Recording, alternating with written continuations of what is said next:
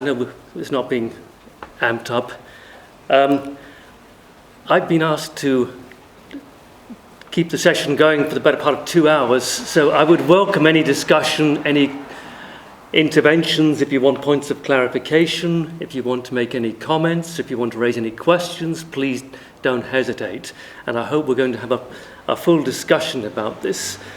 And thanks, David, for the plug for the book, Treasure Islands. I worked with Nick Shaxson for 5 years on that book, and it's been not only a great critical success, but a great commercial success as well. So good that we're now well into the second book, which I think is going to go a little bit more into the subject we're talking about here.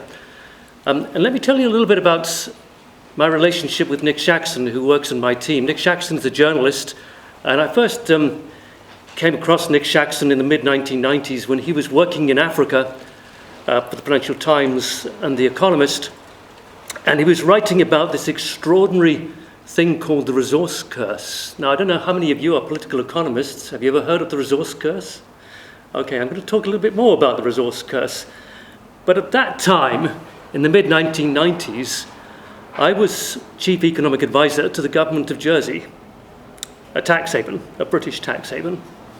I'd, by that time, by mid-1990s, I'd been doing that job for some 7-8 years as part of a very long-term investigation, which I started in the late 1970s into Britain's whole development strategy, how Britain had moved forward in the post-imperial era, and how it had, whether governments knew this or not, put tax havenry right at the core of its development strategy.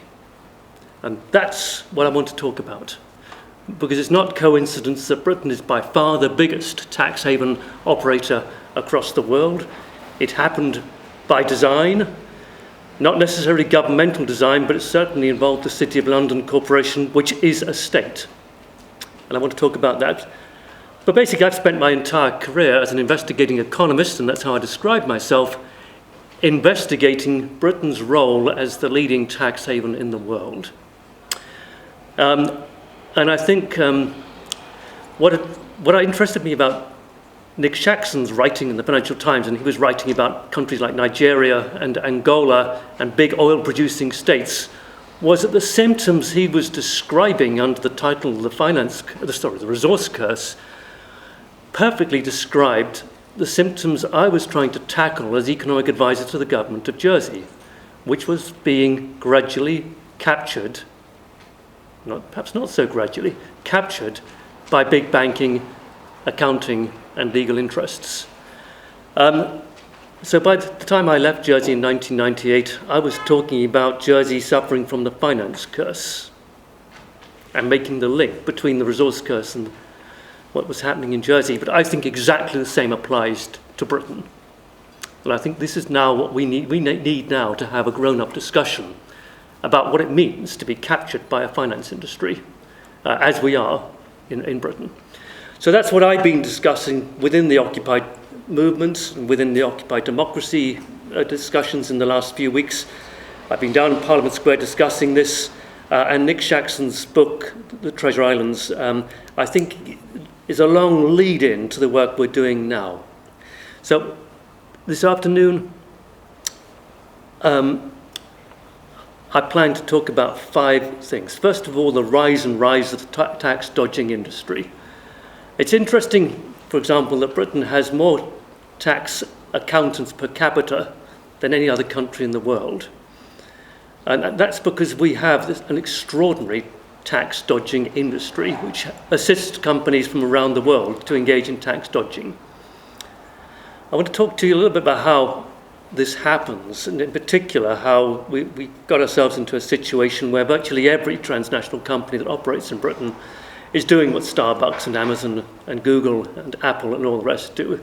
There's nothing that peculiar about what they're doing. I then want to talk a bit about Britain's tax haven economy and its role as purveyor of Her Majesty's finest secrecy to kleptocrats and crooks from around the world. That's basically what the City of London does par excellence.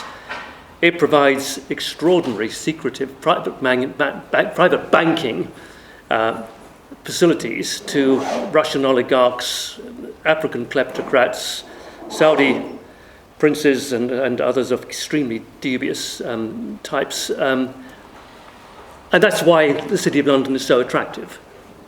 Then I want to talk a bit about the finance curse, what it is, and compare it to the resource curse, and why we're now in a position where our successive governments feel that no matter what, they can't take any action to re-regulate the City of London.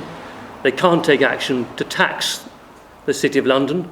And why, for those of you who listen to the Radio 4 Today programme, as I've done since I was a kid, you'll regularly hear, when I say regularly, I mean about every half hour, we can't do this, we can't take any action to regulate or to tax because we will not be competitive.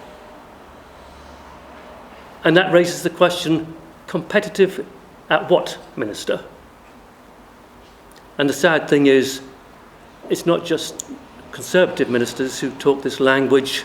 You'll hear Ed Balls saying the heart of the Labour Party's economic policy, if they win the election next year, will be to create a tax competitive environment in Britain. That is so depressingly illiterate, coming from someone who claims to be an economist, that it beggars belief. But I wanted to explore that, because that's what we're exploring now. This whole notion that globalization pits one country against another in an endless and destructive race to the bottom on taxation and regulation and labour market protection and environmental protection. In other words, we lose any democracy, any possibility for democratic intervention, precisely because we have to compete with the worst players in the world. And that is the ridiculous race to the bottom that we're now engaged in. And then we can talk a bit about what we can do about this. So, voila. Are you all happy with that? Good.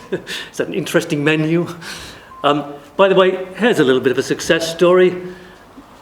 10 years ago, when I started this job, in fact 12 years ago, one of my targets was to get The Economist to stop acting as the cheerleader for tax havens and to start to get The Economist newspaper to start paying a little bit more critical attention to the whole issue of tax havens.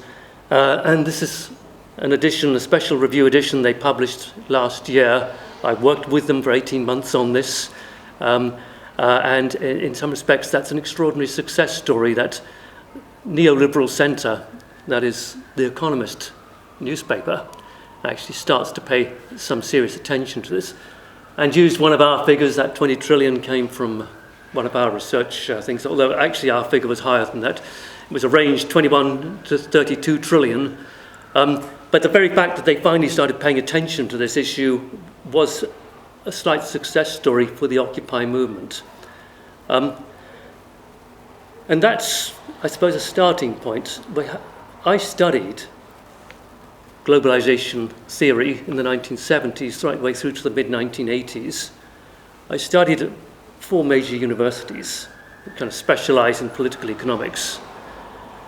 I studied international trade and investment. That was the sad focus of my study.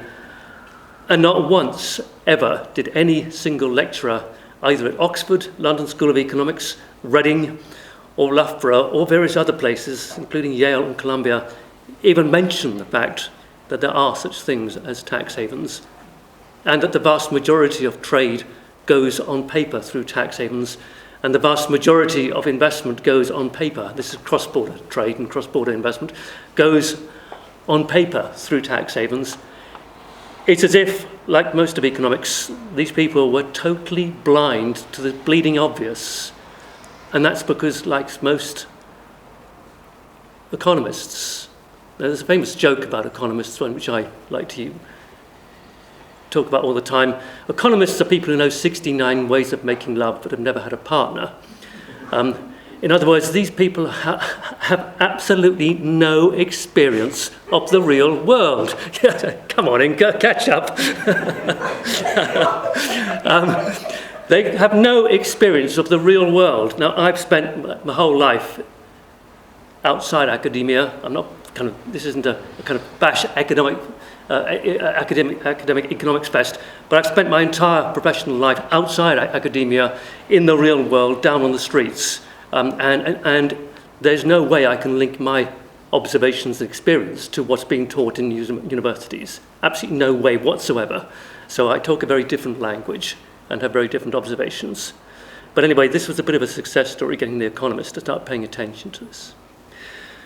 Now, my day job is to direct the Tax Justice Network. I don't know if any of you have heard of the Tax Justice Network. Hands up if you have. Oh good, well done.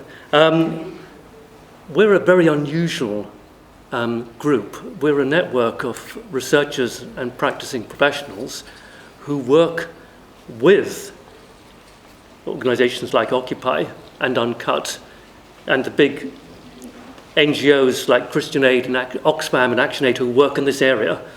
We provide, in the background, the expertise they need to be credible when they go into discussions with the International Monetary Fund and the World Bank and the British government and the governments around the world.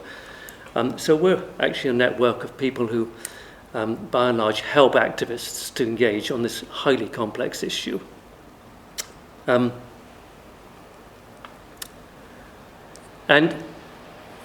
I suppose a starting point about tax justice is that this is one of those areas